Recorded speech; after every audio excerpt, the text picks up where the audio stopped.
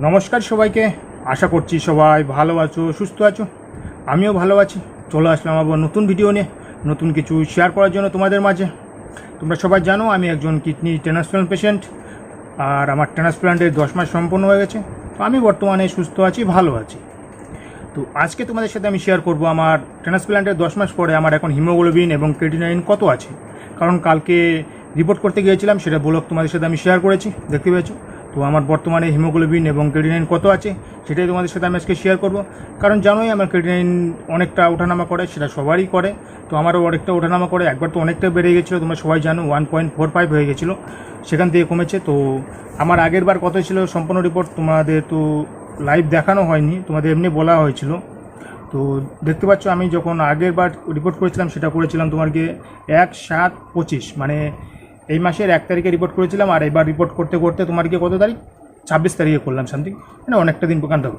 যদি রিপোর্ট এখন তো অনেক দিন হয়ে গেছে আমার, আর 6 মাস পার হয়ে গেছে, 8-9 মাস হয়ে গেছে। তো মানে যদি রিপোর্ট যদি ভালো থাকে তাহলে মাসে একবার করলেও হয়ে যায় মোটামুটি। মাঝখানে একবার ক্রিয়েটিনিনটা করতে পারো। কারণ আমি এই ক্রিয়েটিনিনটা এই কারণেই করেছি, কারণ ডাক্তার আসার কথা ছিল 3 তারিখে এই মাসের, মানে সামনের মাসের 3 তারিখে। তো ডাক্তার 3 তারিখে আসবে না, 10 তারিখে আসবে। মালদাতে আসে ডাক্তার, জানো তোমরা সবাই। আমি কেশবশিলের কাছে দেখাই এখানে। তো 10 তারিখে আসবে, তার জন্য অনেকটা লেট হয়ে যাবে, 1 মাস পার হয়ে যাবে। তার জন্য ভাবলাম আমি ক্রিয়েটিনিনটা আর হিমোগ্লোবিনটা চেক করে নিই কেমন আছে। শুধু এই দুটাই চেক করেছি, কারণ আদার্স রুটিন টেস্ট করিনি। আগেরবার তো মোটামুটি নর্মালই ছিল, তোমরা সবাই জানো। তো আগেরবার আমার রিপোর্ট ছিল, দেখো গ্লুকোজ আমার তো মানে ফাস্টিং তো নেই অ্যাকচুয়ালি। আমার ক্রিয়েটিনিন আগেরবার ছিল তোমার, দেখো আগেরবার এটা 1.25 ছিল। তো ঠিকই আছে, কারণ ট্রান্সপ্লান্ট পরে এইসব উঠানামা বেশি কম বেশি থাকেই। তারপর তোমার হিমোগ্লোবিনও ঠিকই ছিল, তোমার গিয়ে 14.1। তো দেখতে পেলে তো সব কিছু মোটামুটি নর্মালি ছিল। আর পটাশিয়ামও নর্মাল ছিল, 4.4 ছিল। তারপর টিএলজিটাও 5100 ছিল, মানে নর্মালি ছিল সব কিছু সম্পূর্ণ রিপোর্ট। আর ইউরিনটা তো মোটামুটি নর্মালি আছে, ইউরিনের টেস্ট আমার মোটামুটি এখন নর্মালি আছে। ঠাকুর করে সব কিছু নর্মালি আছে। কারণ ট্রান্সপ্লান্টের পরে যা ইনফেকশনে ভুগছি, মানে বলার মতো না, বারবার ইনফেকশন হচ্ছে, যাচ্ছে এমনটাই চলছিল। তারপরে মোটামুটি এখন ইনফেকশন নেই ঠাকুরের কৃপায়। তো ভালোই আছি বর্তমানে, রিপোর্টও ভালো আছে। তো তার আগে কারণ এই 1.25, তার আগের বার ছিল 1.34 ছিল, আবার তার আগে ছিল 1.29, এরকম ওঠানামা করে। তো সবাইকে বলবো ওঠানামা করেই, তো এটা নিয়ে টেনশনের কারণ নেই। তো অ্যাকচুয়ালি যেটা তোমাদের আমি বলছিলাম যে আমার এখন বর্তমানে রিপোর্ট কত আছে সেটা তোমাদের বলছি আমি।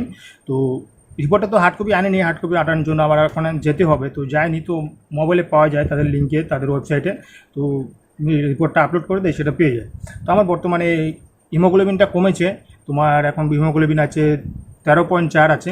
তোমাদের আমি স্ক্রিনে শেয়ার করে দিচ্ছি আমার রিপোর্টটা, অনলাইনে যেটা স্ক্রিনে শেয়ার করে দিচ্ছি, তোমরা দেখতে পাবে। 13.4 আছে হিমোগ্লোবিনটা, মানে কমে গেছে। এটা তো ওঠানামা কমবেই। আর আমার ক্রিয়েটিনিন বর্তমানে কত আছে দেখতে পাচ্ছ, 1.25। সেটা তোমাদের সাথে আমি স্ক্রিনে শেয়ার করে দিচ্ছি, দেখতে পাবে।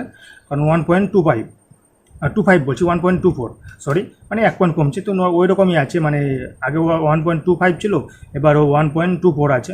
তো একই সেমই আছে, মানে সেরকম বাড়েও নি, একটু 1 পয়েন্ট কমেছে সাধারণ।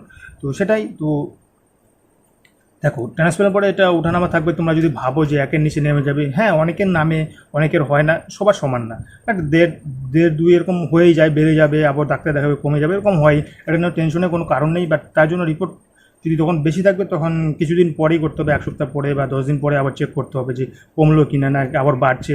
সেটা সবাইকে ধ্যান রাখতে হবে এই জিনিসটা মেনলি। তো এটাই ওঠানামা করবে। তো আমার বর্তমানে ঠিকই আছে, 1.24 আছে। আবার রিপোর্ট করবো, ডাক্তার দেখাবো, 10 তারিখে যাবো। তার আগে দেখি 8-9 তারিখে রিপোর্টটা করবো, রিপোর্ট করে 10 তারিখে ডাক্তার দেখাতে যাবো। তো আমি তো মালদাতেই দেখাবো। কারণ আমি কলকাতায় আর যাইনি অ্যাকচুয়ালি, 1 বছর বলে পর তখন তো যেতে হবে, ফাইনাল সব সম্পূর্ণ টেস্ট ওখানে করতে হবে, এই টেসিলে অনেক কিছু ইউজি সব কিছু। তখন যাবো আমি 1 বছর পরে কলকাতায় যাবো অ্যাকচুয়ালি।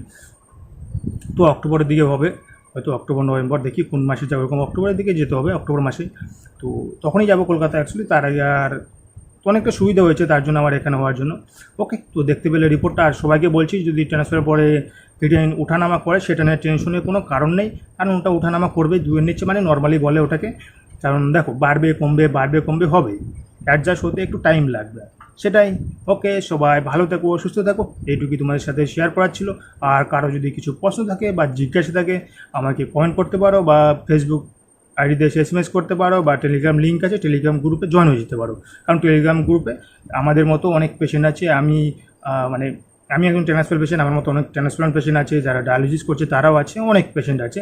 তো গ্রুপটা আমার দেওয়া আছে লিঙ্কটা, তো অবশ্যই জয়েন হয়ে যেতে পারো। ওকে, সবাই ভালো দেখো, সুস্থ দেখো, এইটুকুই তোমাদের সাথে শেয়ার করার ছিল।